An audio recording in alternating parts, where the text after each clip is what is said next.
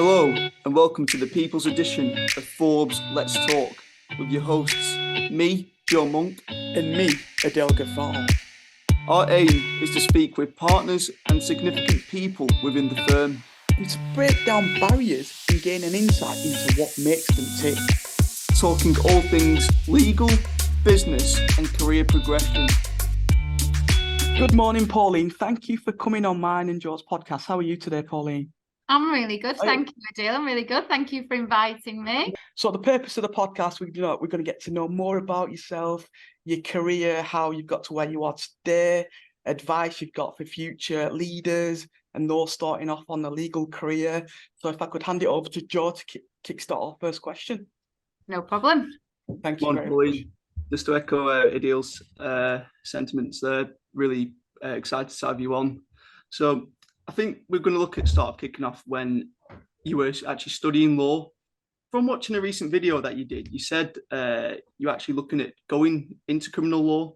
Did you gain an interest from that through your studies? And what sort of changed your mind was to going into corporate law? Really good question. So my interest in the law was sparked by the movies. To the listeners, forgive me if I get these names wrong, but the film was definitely called A Time to Kill.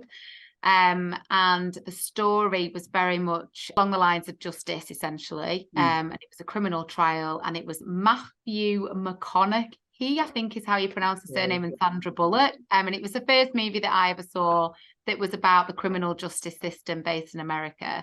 And that was what got it started for me. I think I was probably about 13, 14 years old when I saw that film.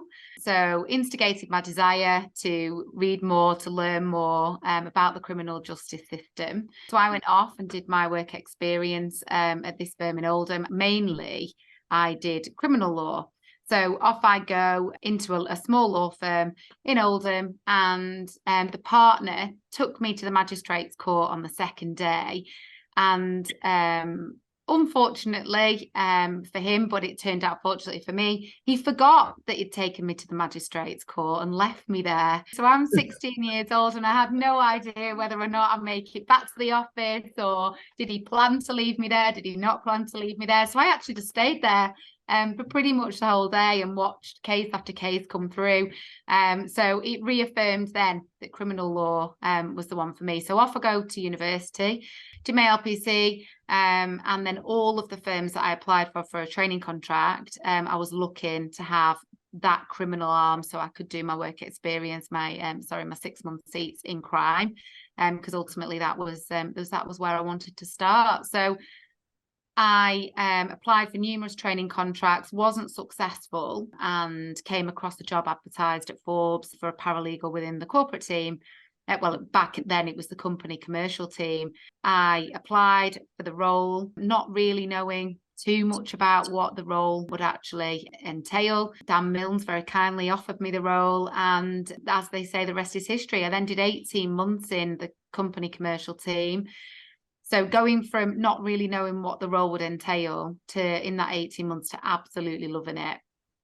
But then I got my wish, I got my dream. I set off on my training contract and I did my first 6 month seat in crime. And in practice, for me, criminal law was not what I thought it was going to be. It's not what I envisaged. I think it's much more interesting in terms of studying it and understanding it than it actually is in practice. But obviously that's just my personal opinion. Whereas I thought studying corporate and commercial law wasn't as interesting as it actually was in practice. So I did my first 6 month seat in crime. And it was at that point that I thought, no, I actually can't wait to get back to company commercial. So that's how I did a complete 360, I guess they say.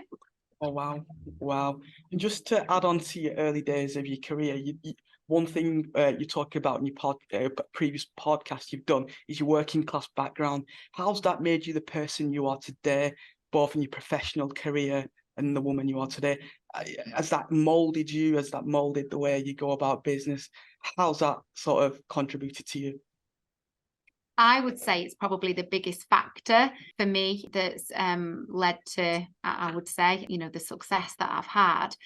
And that's because I was brought up, it was a working class background. Both my parents worked, and both my parents worked exceptionally hard. They both had really strong work ethics, and the biggest thing that my parents were proud of me in throughout my school years was my 100% attendance at school. It wasn't my grades, it was the fact that I was going to school and I was attending school. And what I guess what they were trying to drill into me there was the work ethic of, no matter how you might feel in the morning when you wake up, it's, you know, you're putting in the effort, you've got that discipline to attend school. And just seeing them work so hard at jobs that actually, you know, didn't provide that much money for us, but they worked so hard to actually put the money on the, you know, and to get us the food and the house. And they worked exceptionally hard. At one point, my mum had 2 jobs, you know, and my dad was working nights. So they would literally say hello to each other in the morning, and the other one would go to work. So I think for me, it's seeing that, it's seeing how hard they worked. And also for me, it's, money isn't my motivating factor. I know it is for a number of people, but for me, it was to always show up and to always give it the best shot that I've got. And ultimately, I think that's probably what the biggest factor in my success so far has been. That's brilliant. Just to add on to that, like I previously said, you've been at Forbes at 20 years. Have you kept so disciplined, and have you stayed loyal to the firm? Like, what's kept you here for so long? Because I know you've previously mentioned other firms trying to grab you and get you, but you've stayed loyal. How's that? How have you kept that discipline over such a long period of time, Pauline? I think the first thing is that Forbes took a chance on me, and that's something that I've always been incredibly grateful for. Like I said before, I was applying to numerous firms. I think when I look back, and it's quite deep, I think that when I was applying for my training contracts, I didn't actually really know who I was. So I was trying to be somebody I wasn't. I was trying to compete with people that were from different backgrounds than me. And actually, as I've got older and wiser, I'm more confident in who I am, and I'm actually proud of the background that I've come from. And I think if I'd have had that confidence and that pride in who I am and where I've come from, I would have applied to very different firms than I was trying to apply for at the time. So Forbes, I didn't apply for a training contract at until I worked here, until I got the paralegal role. But it was just, Forbes took a chance on me, and it was 3 months into my paralegal role that an internal vacancy became available. So I went through the interview process. And I'll never forget the weekend. It was someone who's still here now. I won't name him because actually what he did probably wasn't the right thing, but it was for me. He'd found out through working on the Saturday clinic that I'd been successful in receiving the training, the offer for the training contract, and he called me that weekend to let me know when I would have found out on the Monday. And I'll just never forget how I felt that day, and how pleased and in some ways shocked that the firm would take that chance on me. So I think that's where the loyalty began. And I remember sitting there on the Monday when they did actually formally tell me, and I was saying, you know, I'll work so hard for you, I'll forever be, you know, I'll be grateful and I'll give it my best shot. So I think it came from there, but then it developed more and more over time, because for me, Forbes provides people with a really strong, solid foundation in which to develop. So you can develop at your own pace. You can be innovative. So let's pick, for example, Stuart Penswick. Stuart created the housing department, and look at where that is today. Yeah. So Forbes is always really supportive of people who basically have ambitions and who want to grow. So I feel like because I've had that platform, they've taken that chance on me. They've then provided me with a platform to grow at my own pace and with my own desires and ambitions. And my roles have always been really challenging. And I've always felt like I've got a voice, that people want to hear what I've got to say. And there's a number of people that I absolutely love working with. And so when those approaches have been coming through over the years, you think, I cannot imagine not working with those people who I find that challenge me, that mentor me, and that support me throughout my career. I could never have imagined not working with them. So hopefully that gives you... Well, that's great. Thank you, Paul. No problem. Such a good insight there into your background, Pauline, and what's sort of shaped you to your career today. I think it's almost interesting that because you've come from that working class background, like you say, it's made you more resilient, and those values from your family, your parents, have been instilled within you. And I listened to a podcast recently with Deborah Meaden from Dragon's Den, and she was saying she was always grateful that she never had enough money. She had very little money, so she was always constantly striving. And I think if you have too much of one thing, you almost get a bit complacent. I think so, and it then comes back as a parent. So because I've worked hard, and I'm in a position where I've got the ability to provide my children with a lovely home and with the ability to go on holidays and have nice things, I'm now in the quandary of, well, how do I drive that work ethic in them that I think I've developed from being, from a working class background? And all I can say is the fact that I'm not advocating doing this. Obviously, I'm not. I know you both know what I'm like. But in the evenings when I'm sat working and I'm sat in my office or I'm sat in the dining room and my laptop's open, that the children are seeing me work, and the children are seeing me put that effort in, and they're seeing the love that I've got for my job and how much of an integral part it should play in your life to have a job that you enjoy, that challenges you, and again that they're visibly seeing my work ethic. I hope will still provide them with a work ethic very similar to my own. That's really interesting. I mean, so if we move on now to when you've gone into corporate law and in your career, on reflection, how much different do you think corporate law is now to when you're actually practicing? So are you able to do you have an insight into the comparisons of what you've seen? It's miles more efficient. However, I will say, and as I can imagine, you will believe that if you're in a room with a client and they've just sold their business, they've worked incredibly hard for, let's say, 40 years of their life, it's a family business, they've just sold it with the ability to now have a brilliant retirement and a brilliant end to their working lives. You would always, present them with a bottle of champagne and there'd be a bit of a celebration.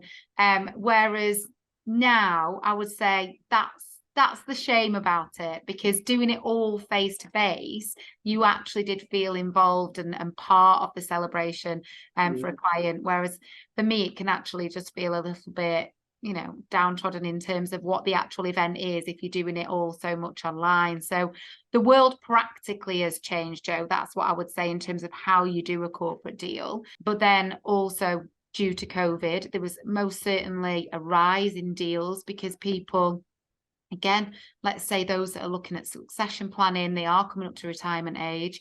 I think a lot of people felt like the world was so hard in COVID and business was so tough that they thought, I don't want to go through anything like this again. So this is the time for me. I'm going to sell. There were numerous tax implications and changes that were going on through COVID as well that were driving deals. So it was attractive to some people to sell during that period as well. But then, like you say, there's so many challenges that COVID has brought into the workplace that if you don't have the energy and the enthusiasm to actually embrace those challenges, then it's ultimately probably going to drive you to either a merger or a disposal. So the world has changed, definitely. And just to follow on from that, Pauline, as a firm, do you reckon we've innovated ways of adapting to the changes and doing those deals and things like that with the introduction of Teams? Do you think we coped quite well? I think we coped we coped really well as a firm. I think everybody, like I said, then threw themselves into it with energy, with enthusiasm. I think the corporate guys here now, and obviously the other transactional teams, would say that what COVID has brought in is the ability to complete your transactions and deal with a transaction in a very efficient way. I would say there are some slight negatives to the transactional lawyers in that client interface, that morale that you build with your client, that rapport that you build with your client. you need to be careful that that's not lost just by doing so much remote communication, you know, and that you are where you can having face-to-face communication with your clients as much as possible. And I would also say that what COVID has brought into the working space is the ability for work to follow you all the time. So I remember just, you know, in my time in corporate, people would just Teams you without actually putting it in your diary. So you sat there and all of a sudden you've got your Teams ringing from a different law firm, you know, and you're like, hang on a minute, I don't even know. Like, you know, it's not like just taking a phone call, is it? You're there on camera and you know, so I just felt like it maybe, and I think it has adjusted a little bit, that actually, you know, whilst we were all working from home, there was one particular challenging time where there was rumours about potential tax changes that could have created problems for people from a capital gains tax perspective. So it was driving people to do deals. And I just remember, you know, you're coming into like 9, 10, 11 o'clock at night and people were thinking, well, we're locked down anyway, so I'm just going to Teams you, you know, and it's not your colleagues, it's clients or it's the other side. You know, thinking we have to be really careful here, because whilst the lines were blurred and we were all working from home, so be disciplined, energized and enthusiastic about your work, you have to have some downtime. So I just felt like it was all getting a bit blurred, but I think we are all better at that now, and I think people are a bit more disciplined and understanding that whilst the world is returning, you know, and has returned back to normal in terms of people being able to have that work-life separation, all sat in our homes, it has got a little bit better. That's brilliant. Just to follow on from the client interaction, one thing, Pauline, that no one can doubt, you're renowned for your networking. Like, no one can network like you, Pauline, and that's a skill in itself, whether it's maintaining current client relations, driving new business. What advice have you got to successfully network for someone that's starting off? Where should they go? Who should they approach? How should they go about it? And how integral is networking in today's legal landscape? That's a really good question. Networking, again, like I think I did a LinkedIn post actually this week about joining a running club. And how nervous I actually was about joining this running club, because it's completely out of my comfort zone and felt incredibly vulnerable doing it. And I look back 18 years ago to when I first started going to networking events, and it was a brand new thing then. People didn't network. It was, you networked with the people that you went to school with. You networked with the people that were in business in the local community. There wasn't a networking scene. And all of a sudden it started to become quite cool in the professional circle to have networking events. And it was myself and Mr. Bromley. We both were coming up in our careers at the same time, that embarked upon this networking career, so to speak, and had, you know, I remember the managing partner at the time at Forbes saying to me, there's a job for you on qualification, but you're going to have to go out and find the work. And I'm thinking, oh my gosh, you know, so there was enough work for me to support Dan, but I also needed to grow my own caseload. So off we went on our networking adventure, and I was incredibly nervous. And I think it took me about 3 to 4 years to actually settle into networking. And it's going right back to where I was at the start of the podcast with you guys, which is, once you know and you're really sure as to who you are, and you're proud of who you are, and you're proud of your background, and you're grateful for the fact that you've been given this chance, but you are essentially, you're confident and you understand who you are, that you're not going into a networking arena and trying to pretend to be somebody you're not. So I've gone into the networking arena. I've become comfortable probably about 3 years into doing it, and I've started to develop some really strong relationships with local advisors, and that to me was absolutely instrumental in the growth of my career. So there's a particular a local accountant that I developed a really strong relationship with, that started to refer all his work over to me. There was an insolvency practitioner that I developed a strong relationship with. Insolvency practitioners, their way of winning work is through accountants, very similar to corporate. So he had a bank of accountants that he worked with that he introduced me to. So the fact that I spent years trying to cultivate and grow these relationships with these individuals then just led to work coming through. But I also, you know, those relationships were genuine, and I worked really hard at maintaining them, and I'm still, you know, in contact with those people to today's date. So I would say my advice is be who you are, be yourself. And one of the main attributes to networking is, for me, is to listen. Yeah. So you're in an environment and listen to people. And I think because one of the thing that fascinates me and interests me the most is people.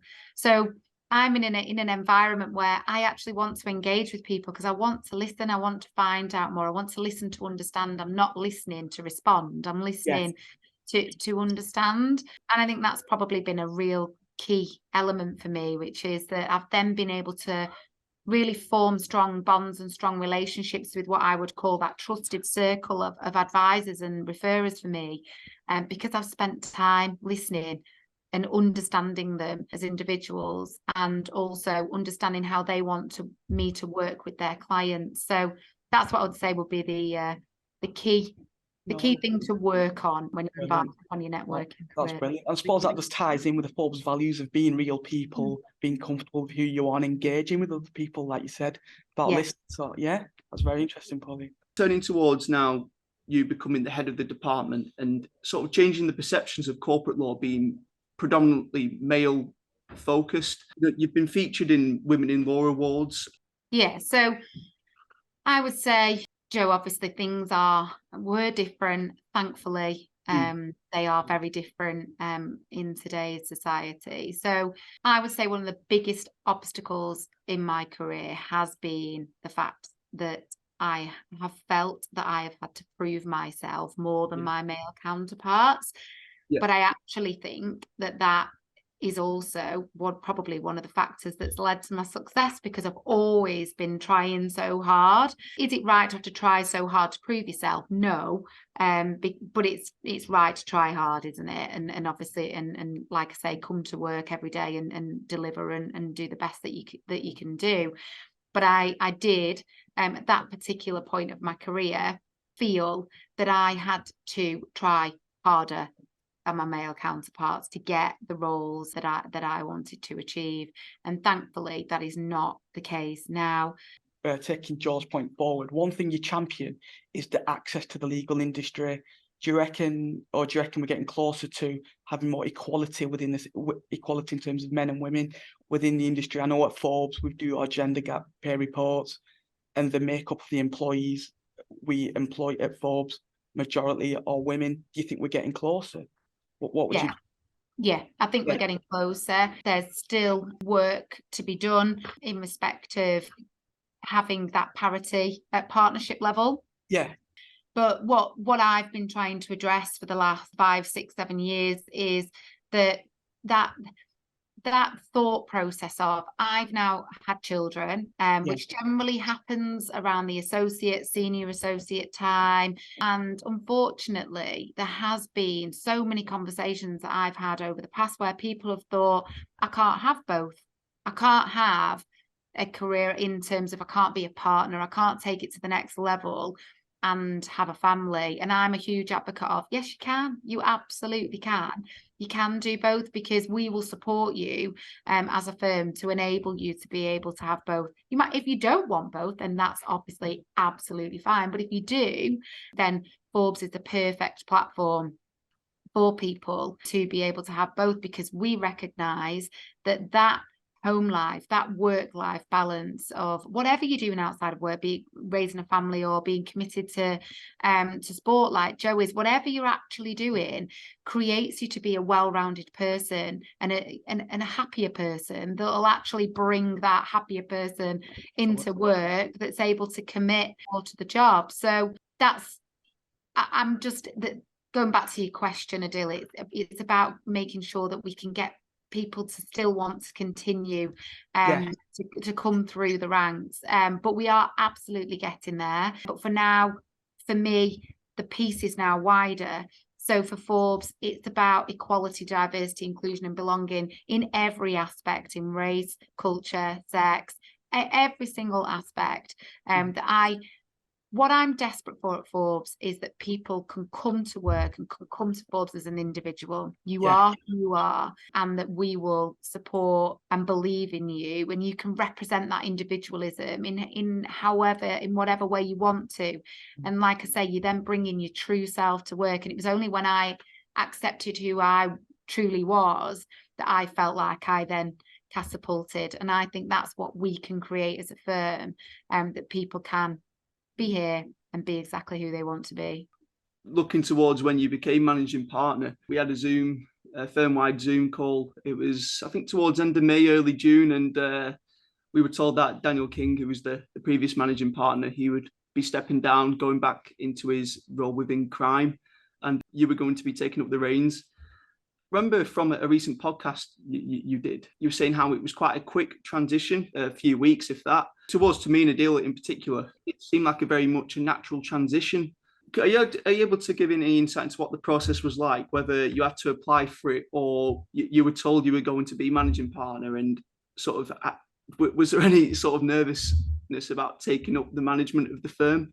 I talk a lot about people believing in themselves and and us being behind them to encourage them. And that's kind of exactly what happened here in this situation. So Daniel had spoken to the equity group about his decision and about how he felt it's time that somebody else stepped into his role, somebody else with fresh ideas, enthusiasm. He was wanting to step back into crime, and he felt he'd taken it as far as he could. 6 years as managing partner is obviously a good stint, and he left an amazing legacy, and he's obviously big shoes for me to fill.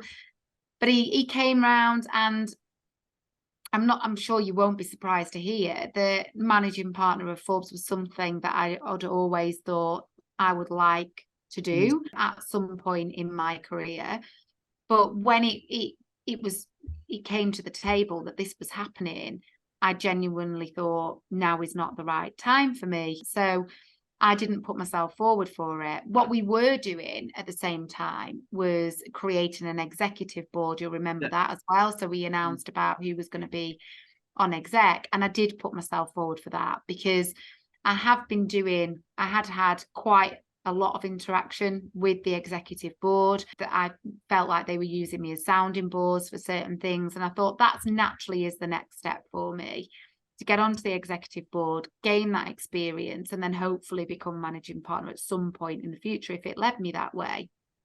The reason why I didn't put myself forward was because I thought perhaps I need the experience on exec first. But the main reason was because I've still got 2 relatively young children.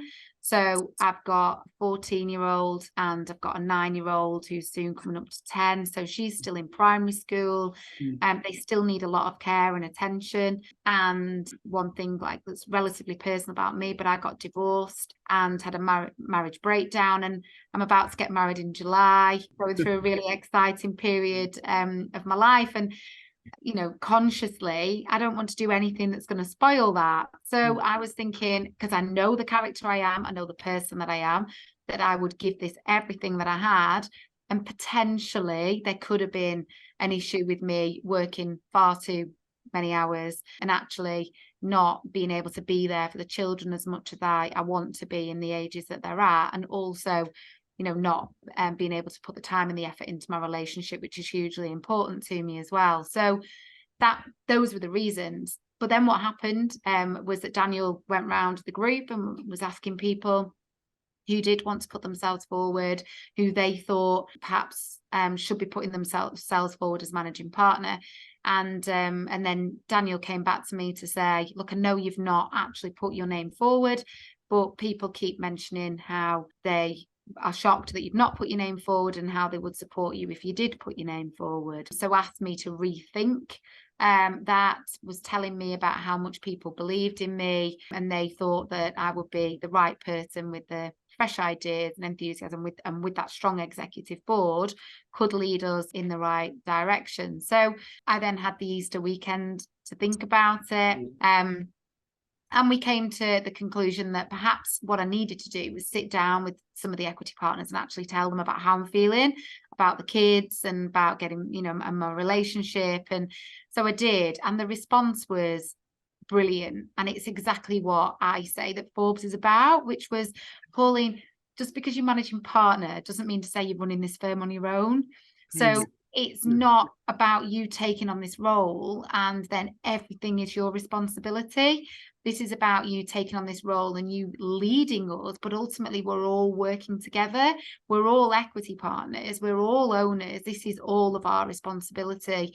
And it was at that point that I thought, yeah, that was the perfect answer for me, which is they're not going to, even if I did commit myself to hours and hours and hours, they're not going to let me actually do it. There would be people pushing back on me and saying, Pauline, look, you need to look after yourself. You know, you need to make sure that you've got that work-life balance that you said was so important to you. And that actually has happened on numerous occasions where I've been up early because I've been concerned about something's been on my mind. I've been sending emails at 4 or 5 in the morning. A couple of partners have actually pulled me to one side and said, you need to stop doing that. You need to make sure that you're not working those sorts of hours. So it was that supportive network and that belief in me that, again, I then thought, okay, I can do this. I've got that support, that strong foundation behind me, which is exactly what I talk about, creating for other people. Thank you very much. Brilliant. Just to further add onto that, Pauline, whilst you get further into your managing partner role, how do you assess the needs of the business? How do you go about that? For me, I do a lot of reading, as Joe knows. We've spoken a bit about the stuff that I look at externally and also the stuff that I listen to in terms of podcasts, reading around the legal industry and the legal sector, constantly scouring LinkedIn for what other firms are doing in the commoditization of the market. So for me, I see as part of my role, I've got to have that eye on what's going on externally. But what I also need to look at all the time is what's going on internally and our internal operations.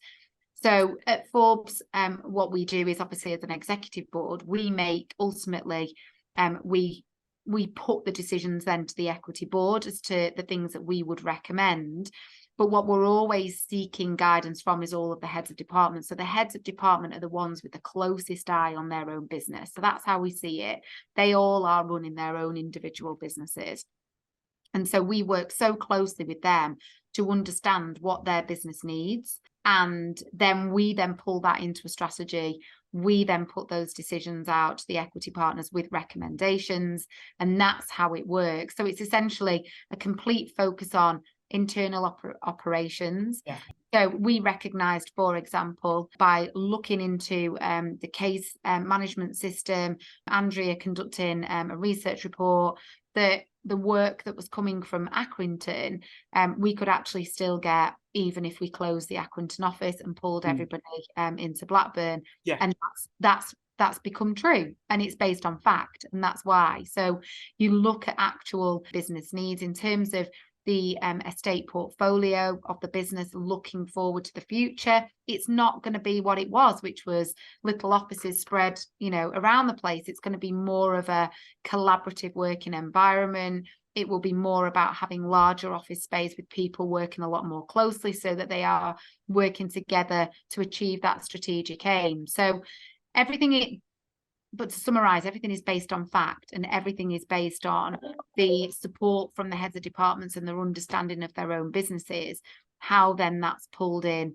to exec, who then may go out to the other directors for advice before they pull a recommendation out to the equity partners. I know, just to add to that, we're very proud of our heritage, being here for 200 years, being located in Lancashire. Are there any plans in the future to expand our offices into other regions as such? Well, come on, Adele. We're looking for global. We're a global enterprise. No, international. That's it. Yeah, international. International. So I couldn't be any prouder of the fact that we are a Lancashire law firm. So we are a Lancashire law firm with a national client base and a national reach. How amazing is that? When I came to Blackburn, I did not for 1 minute foresee the type of businesses that we have got in Lancashire. Lancashire is phenomenal in terms of a business space and the work that's being done here. We are so incredibly well known for aerospace, advanced manufacturing and engineering, the tourist industry, our countryside, our seaside towns. If you think about Lancashire in the it's just a wicked place to live, because you can have amazing business, but you have also got beautiful countryside and seaside towns on your doorstep. So it's such a mix. And the values of people from Lancashire, like I always say, the work ethic is brilliant. People are kind. There seems to be that want to work together, that collaborative nature, and also people are fun. So for me, it's, you know, we've got these strong Lancashire roots, we've got this DNA, we've got this heritage, and we are proud of it, and we will continue to always be proud of the fact that we are a Lancashire firm, but with a national reach. So will we extend it? Of course, we are looking to work really hard on our Manchester strategy over the next few years. I'd love to see that Manchester office continue to grow and expand. We've got a Leeds office space. There is no reason why we can't continue to grow and expand through Leeds. And then once you've done that and you've managed to see how we've created it, then of course you can continue then, can't you? We could then look at other cities, other reaches. But for me, what needs to be right about this is we're not going into cities and looking at what other law firms are doing and trying to compete with who they are. So again, back to my personal values, which is we know who we are. We know the type of people that we are. We know how we deliver our legal services, and we deliver it in accordance with our values that actually are very aligned to the Lancashire values. And then, absolutely. And then you're pushing it out into those cities with we're coming into the city, but we're not going to try and be, let's pick, for example, a well-known Manchester law firm. We're not going to try and be Addleshaws or Eversheds, or because that's not who we are. We are going to come into your space, but we are going to be who we are. And I think that is the way that we will be successful, that we will be proud of our heritage and we'll be proud of the values that we work within, and we'll deliver it, like Joe just said, with authenticity and with real people. And that's essentially what I think where Forbes' future success will lie.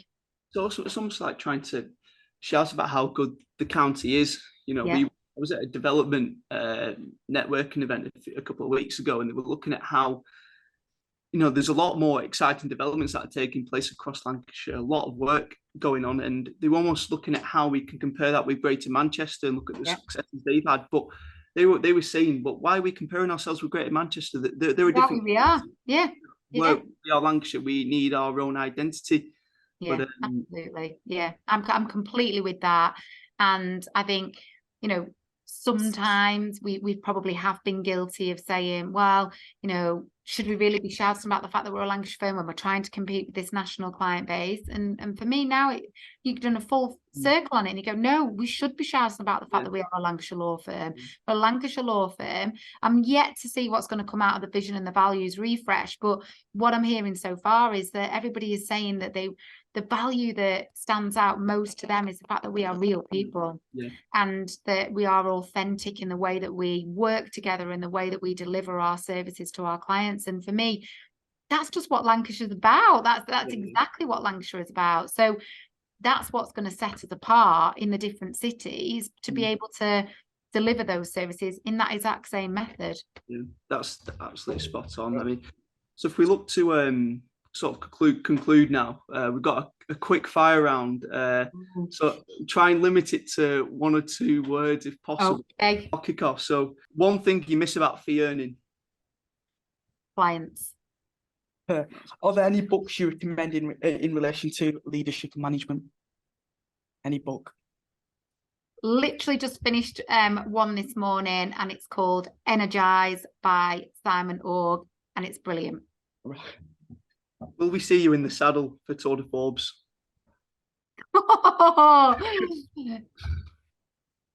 No. Oh, not even you could do Gordon House to Oak House. Brilliant idea. No, I'd like to say yes. Maybe for a few miles, maybe. What one actress would play you in a film if you could nominate? Oh my gosh. I'm going to go all out, and I know she's not even alive. Let's go Marilyn Monroe. Oh, one word to describe working, managing at Forbes. That's actually quite hard, actually, to be fair. Yeah. One word. Proud. Like that. What one Forbes value resonates with you the most? Real people. Real people. Brilliant. Well, so as part of our final part of the podcast, we're going to ask each guest to write a question for the next guest. You would be able to take time and send that over to me in a deal. That would be very much appreciated. No problem at all. Oh, thank Thank you. you very Thank much. you very much, Pauline. Just to conclude, one piece of advice that you could just give to those embarking a legal career, what one piece of advice would you give anyone? Just to conclude, Pauline. Okay, one piece of advice that I would give. Enjoy it. That's what I would say. It's hard work, but if you enjoy your job, then obviously it doesn't feel as hard. So I would say find something, find an area of law that is going to challenge you and you're going to enjoy, because it's, as we all know, you've got many, many years of working, so you need to make sure that you find something that challenges you, but you enjoy. Thank you very, very much, Pauline, for coming on. Thank you very much for your time. No problem. I've really enjoyed it. Thank you for inviting me. Thank you.